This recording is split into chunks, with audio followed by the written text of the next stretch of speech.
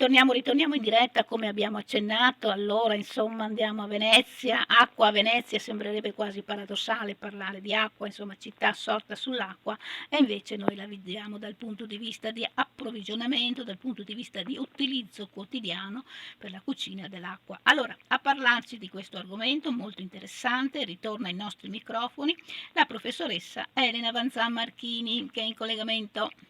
Buon pomeriggio a tutti e Eccoci ben qua. ritrovati. Ben ritrovati, Elena. Un po' che non ci sentivamo. Sì. Allora, Elena, tu sei sempre impegnata, insomma, ti vediamo in conferenze, Venezia città anfibia, ecco, giusto per citare anche qualche libro, uno dei tanti che hai scritto e seguite su Facebook, e quindi che pubblichi anche molto, e quindi seguite appunto i suoi scritti. Allora, Elena, parliamo appunto pozzi, ecco, un termine molto. E Venezia era ricca di pozzi, di vere, un po' si trovano dappertutto, c'è anche un certo numero. Allora, andiamo un po' ad affrontare questo argomento, Elena. Sì, vi dirò che l'esigenza di riprendere questo tema è nata anche dall'ignoranza con la quale ci si accosta ai pozzi oggi e dal mio sconcerto nel vedere che certi sono diventati dei tavoli di bar, perché magari ci si mettono sopra dei pezzi di tavola e poi li si imbandiscono come fossero dei tavolini. E si è persa cioè la memoria della funzione importantissima che svolsero e anche della testimonianza artistica che essi rappresentano nella città, perché a seconda delle epoche i pozzi sono stati intagliati in fogge diverse e alcuni sono veramente, anzi direi quasi tutti, sono dei manufatti pregevoli perché sono appunto in pietra, perché hanno la soglia, cioè lo scalino tutto intorno, perché hanno il coperchio di ferro, che il coperchio anch'esso è antico perché l'acqua era preziosa, era costosa e quindi i pozzi erano chiusi dai coperchi che ancora ci restano e inchiavardati con delle chiavi che erano tenute dai capi contrada. Venezia era divisa in più di una sessantina di contrade che corrispondevano più o meno alle insule, cioè alle isole. Ogni contrada infatti aveva un campo, aveva la sua chiesa e il suo parroco o piovana e aveva anche il capo contrada, cioè un responsabile. Allora la cosa interessante della città di Venezia è che a differenza delle altre città di terraferma è una città che non ha mai avuto una periferia, cioè la sua periferia è l'acqua, no? E quindi la sua divisione in contrade non corrispondeva a una divisione come possiamo trovare oggi nelle città di un centro oppure di zone più ricche, di zone meno ricche, ma vi era una composizione della popolazione molto eterogenea, nel senso che se voi camminate a Venezia, voi vedete che passate, attraversate un canale, fate un ponte, arrivate di solito in un'isola che è caratterizzata da un campo con la sua chiesa, con i suoi molti pozzi, con anche campielli limitrofi e quindi potete anche notare che in tutte queste zone c'è la presenza di palazzi prestigiosi molto ricchi, ma anche di case più umili, di sottoportichi o comunque di luoghi in cui c'erano le botteghe e così via. Quindi questa eterogeneità caratterizzava tutte le zone della città e quindi tutte le zone di questa città, che è un arcipelago in realtà, dovettero affrontare il problema dell'approvvigionamento idrico, perché Venezia è in acqua salsa ma non ha mai avuto acqua dolce. E qui dobbiamo considerare proprio quale fu lo stimolo, quale poté essere lo stimolo di una popolazione che si insediò in un arcipelago dove nessuno mai avrebbe desiderato insediarsi. Se noi ripercorriamo un po' la storia delle città più famose, noi capiamo che tutte sorsero vicino a un fiume. Perché? Perché l'acqua potabile, l'acqua dolce era fondamentale per l'alimentazione, per berla, per l'igiene. Quindi quando si sceglieva di fondare una città Beh, è una condizione sine qua non, era proprio quella della vicinanza di un ruscello, di un grande fiume o comunque di un corso d'acqua. Ecco, Venezia invece nacque dalla paura, cioè nacque dalla paura di queste popolazioni che un po' fuggirono dalla peste, un po' fuggirono dalle invasioni barbariche, insomma ogni volta che era scampato il pericolo tornavano via. A un certo punto con i Longobardi dovettero restare perché i Longobardi si insediarono e quindi il primo problema che affrontarono fu quello dell'approvvigionamento idrico e anche per questo si insediarono prima di tutto a Lido Malamocco, cioè in una zona vicina alle Quattro Fontane, l'unica zona di tutta la laguna in cui c'erano delle polle di acqua sorgiva, appunto Quattro Fontane. Poi dopo però si trasferì a Rivo Alto perché dopo la famosa battaglia con i Franchi e comunque che appartengono alla leggenda, la cosa non ci importa, ci importa però che si trasferì il centro a Rivo Alto, cioè nella zona delle isole centrali tra San Marco e Rialto. Qui cominciarono ad approvvigionarsi come facevano i primi insediamenti, come fecero i primi insediamenti lagunari che furono monastici, cioè creando delle cisterne. È un po' quel tipo di approvvigionamento che troviamo anche nelle case romane, sì, che si sviluppavano attorno a una corte, c'era l'impluvium e al centro c'era una cisterna per la raccolta dell'acqua potabile.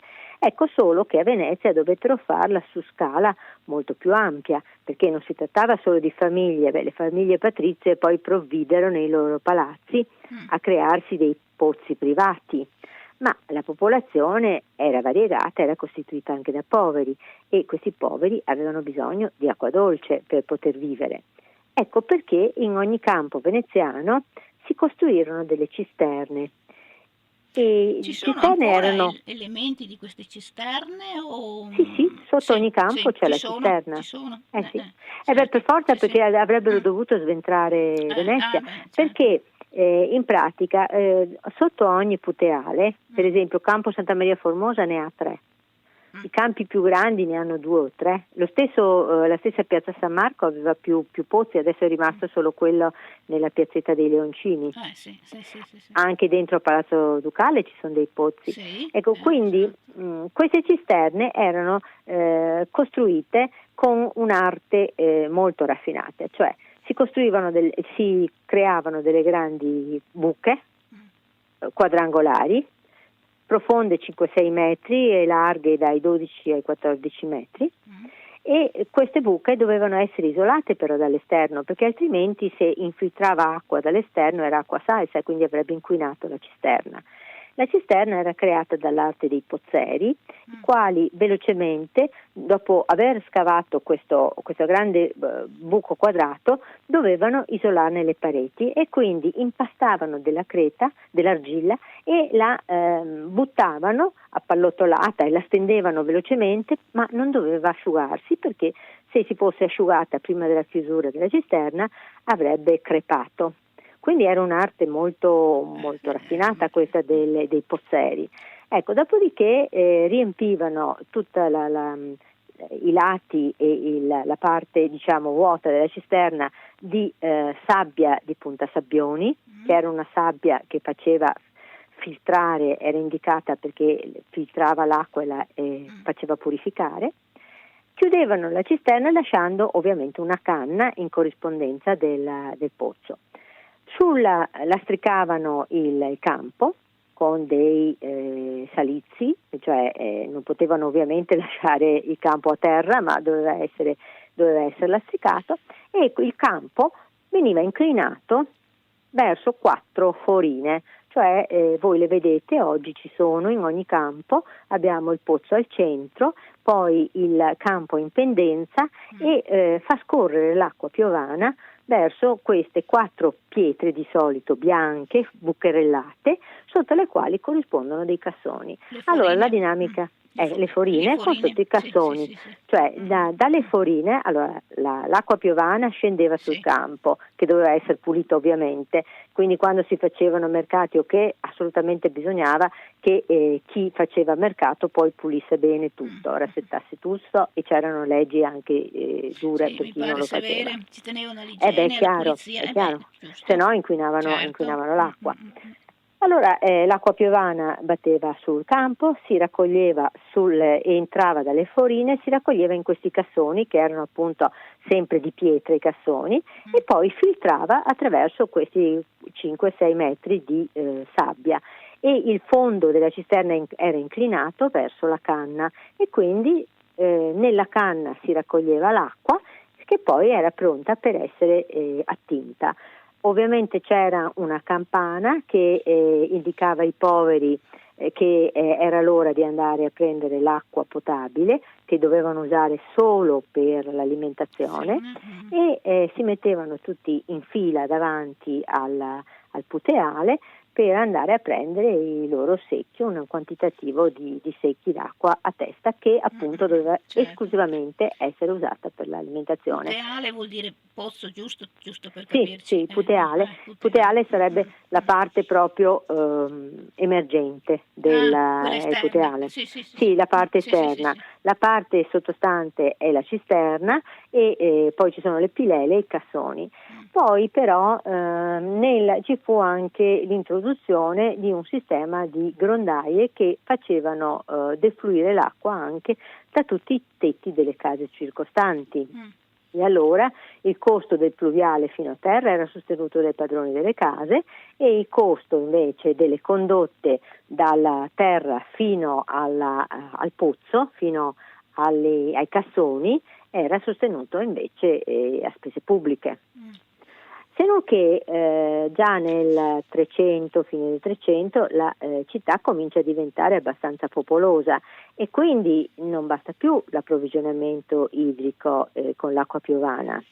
Per cui si sceglie un fiume, si valuta quale fiume sia il migliore, e si sceglie poi alla fine il Brenta, che pare avere l'acqua più pura rispetto anche ad altri corsi d'acqua che si gettano in laguna, e quindi c'è l'arte delle barche acquarole che vanno a rifornire, si riforniscono al Brenta e poi portano l'acqua per riempire direttamente dalla canna i pozzi con grandi quantitativi quando appunto non piove, anche perché se la città supera i 100.000 abitanti, evidentemente non bastano più tutti i pozzi. Certo. Allora c'erano pozzi pubblici, che erano quelli appunto che erano controllati dai capi contrada, che venivano aperti a certe ore del giorno, e si provvedeva alla distribuzione ai poveri.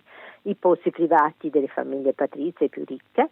Poi c'erano i pozzi dei conventi, dei monasteri, che in realtà erano stati i primi ad introdurre in laguna, perché i primi insediamenti I furono i benedettini, monastici. mi pare, no? Sono stati molto Sì, attivi. soprattutto i benedettini, Infatti. sì, furono i benedettini e poi tutti gli altri.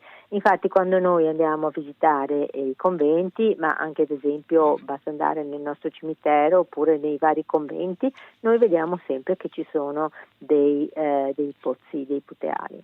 E quindi questo tipo di sistema di approvvigionamento idrico fu poi anche molto, molto ingegnoso, perché per avere l'acqua più pura si scavò ad esempio la Seriola, che fu un apposito canale non navigabile del Brenta, che venne utilizzato solo per l'approvvigionamento. Si costruì un carro perché le barche acquarole potessero accedere meglio ed attingere meglio l'acqua del Brenta. Quindi ci fu tutta una serie di soluzioni molto ingegnose, e poi l'arte degli acquaroli doveva garantire un certo numero di burchi gratis per rifornire i pozzi pubblici. Tanto il business per loro era abbastanza importante, perché rifornivano a pagamento anche tutti i pozzi privati. Certo. E poi anche a pagamento oltre i 100 burchi l'anno che dovevano rifornire gratis, ovviamente rifornivano anche tutti i Ma pozzi. I come problemi? come Dimmi. facevano a sapere loro che l'acqua era buona per la cucina, per l'alimentazione, cioè potabile, ecco, c'era un criterio oppure perché i tempi erano diversi, non c'era l'inquinamento Sì, ovviamente i che non c'è. provveditori della sanità Eh, facevano controlli continui, ma ovviamente non c'erano i laboratori chimici, infatti. quindi il controllo della qualità dell'acqua andava per quanto riguardava la limpidezza, il Mh, sapore e poi anche verificavano se c'erano dei casi di gastroenteriti che non mancavano. mh, Tant'è vero che la famosa peste del 1576 fu attribuita all'inquinamento dei pozzi da parte di un'eccezionale acqua alta che era avvenuta mesi prima. ecco, Ecco, quindi il problema era proprio quello delle alte maree eccezionali che a Venezia sono sempre state. E allora era un bel problema se l'acqua alta l'acqua salsa entrava nelle pilele e raggiungeva gli strati profondi e inquinava tutto il pozzo. certo. Poi ci sono stati anche casi di colera più avanti, quindi ci sono stati degli episodi, insomma, dovuti all'acqua non potabile. Ma il colera è stata una malattia importata dall'Oriente e quindi Mh, direi che il problema fu quello delle gastroenteriti mh, e fu quello appunto dell'inquinamento da parte delle acque salse, tant'è che lì si adottò un'altra organizzazione molto intelligente. Cioè quando cresceva l'alta marea si individuarono tutti gli stazi di tutta mh, la città. mh, Gli stazi, per chi non sappia, sono i posti fissi in cui stavano i facchini e erano dei pontili. Questi in ogni stazio a Venezia, che era caratterizzato da particolare traffico, perché tutti i trasporti sono sempre avvenuti in barca e sì, quindi c'era bisogno, quando si sbarcavano le merci o i passeggeri, c'era bisogno di avere questi pontili e degli stazi, cioè dei luoghi in cui stazionavano dei facchini che aiutavano a sbarcare i passeggeri, ma soprattutto a sbarcare e trasportare le merci. Allora, questi stazzi con questi facchini, che c'erano in ogni insula e quindi in ogni contrada, furono responsabilizzati, furono censiti e vennero coinvolti in modo che ad ogni alta marea eccezionale, al suono delle campane, intervenissero immediatamente sotto la loro responsabilità per chiudere le forine con dell'argilla, ah, in modo che con l'argilla bagnata avrebbe reso impermeabili le forine, mh, il pozzo sarebbe stato salvo. mh, Alcuni pozzi, come non so, quelli in Campo Sant'Angelo, se pensiamo pure a San Trovaso, mh, vediamo che erano già costruiti su una cisterna sopraelevata. Noi vediamo che in alcuni campi c'è in mezzo il pozzo e tutto intorno una sopraelevazione mh, che è di 15-20 metri per lato. Fateci caso, quando verrete a Venezia vedrete che in molti campi i pozzi sono a livello del campo, ma in molti, appunto, vi faccio l'esempio di San Trovaso, ma anche la stessa piazzetta dei Leoncini.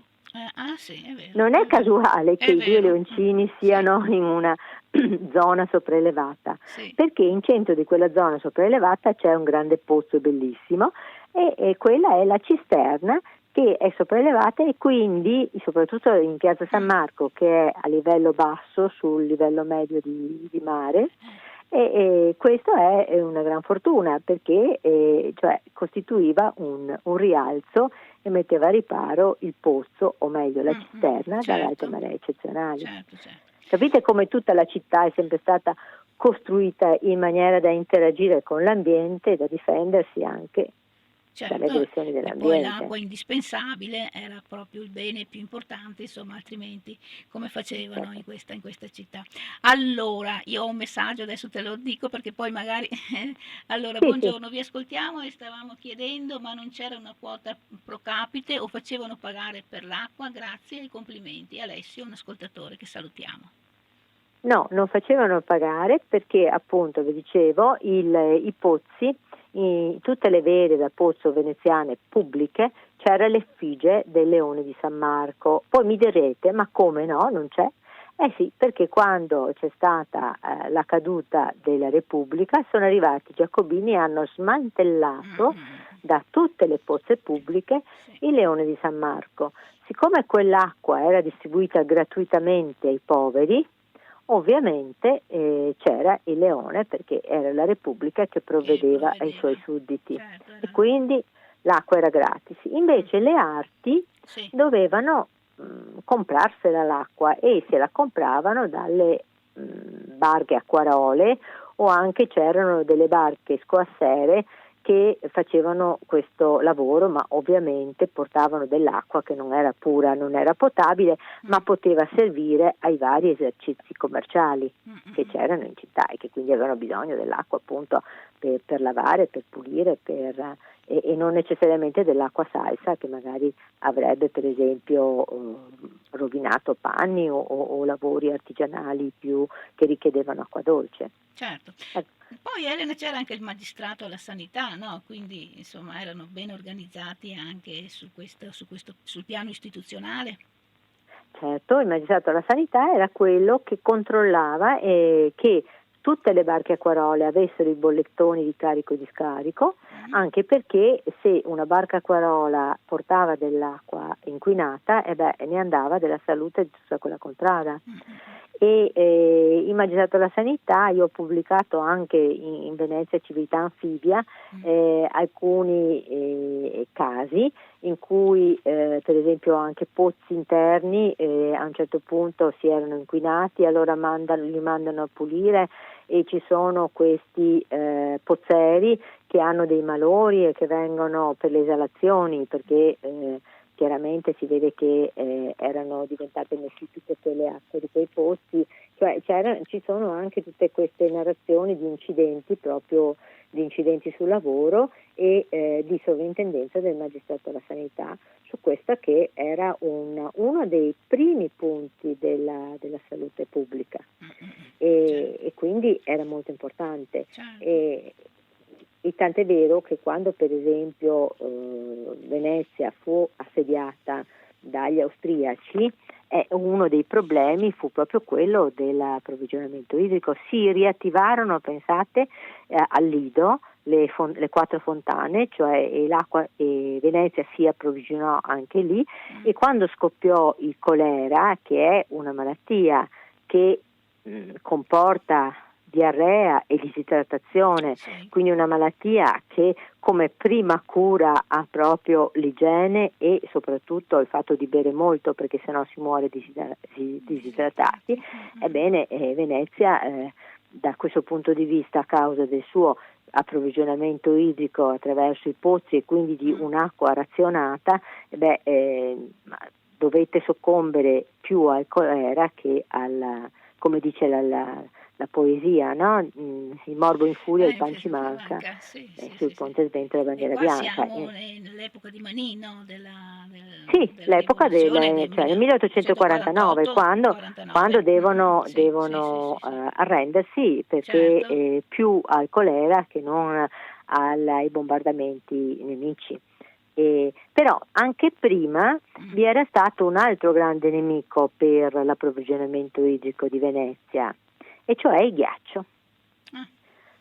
Quando c'era un freddo eccezionale e la laguna ghiacciava, le barche acquarole non potevano più arrivare alle fonti della Seriola e quindi la città rischiava di restare assediata e di soccombere perché era senza acqua. E io ho raccontato... Di ghiaccio ce n'era parecchio, perché abbiamo delle immagini che proprio ghiacciava tutta la laguna anche in certi inverni particolari, freddi, freddissimi, quindi il problema deve essere stato veramente complesso.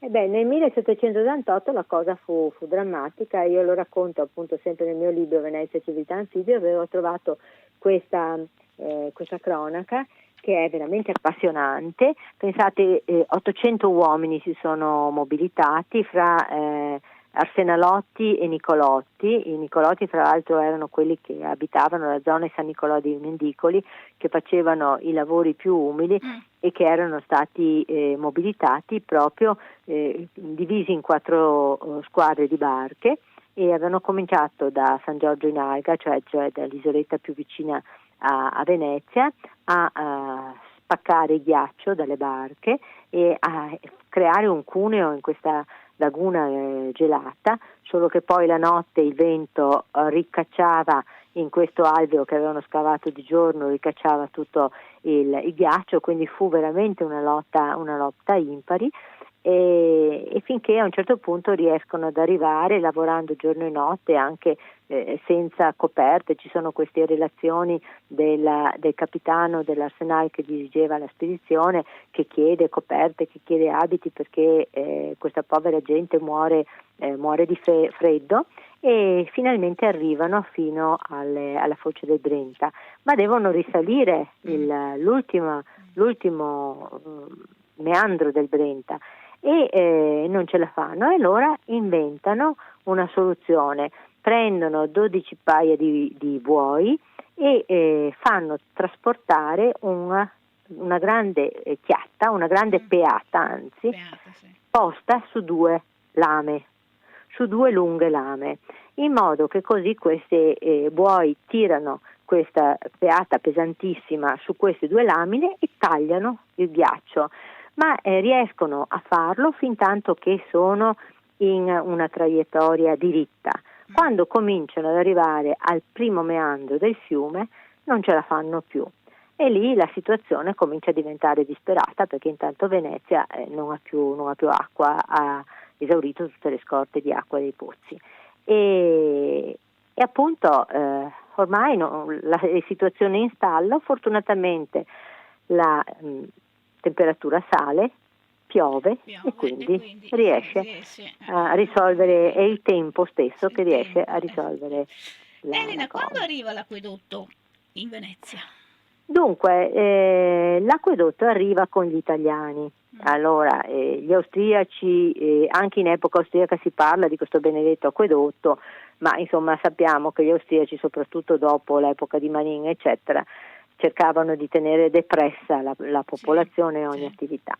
Quando arrivano gli italiani finalmente si adotta la soluzione di creare un acquedotto, portando con una condotta sublagunare l'acqua fino a San Marco, fino all'isola centrale, e viene inaugurato con una fontana in piazza San Marco nel 1884, e l'acquedotto arriva alle fontanelle che sono create vicino ai pozzi, cioè nei campi. Di nuovo il fulcro della distribuzione dell'acqua è ancora nei campi vicino ai pozzi, e quindi lì abbiamo 2 tipi di distribuzione: quella che arriva con l'acquedotto, che diventa la distribuzione dell'acqua potabile, e poi ancora le cisterne che vengono utilizzate, soprattutto questa volta declassate per l'acqua artigianale, insomma, degli artigiani. Delle attività.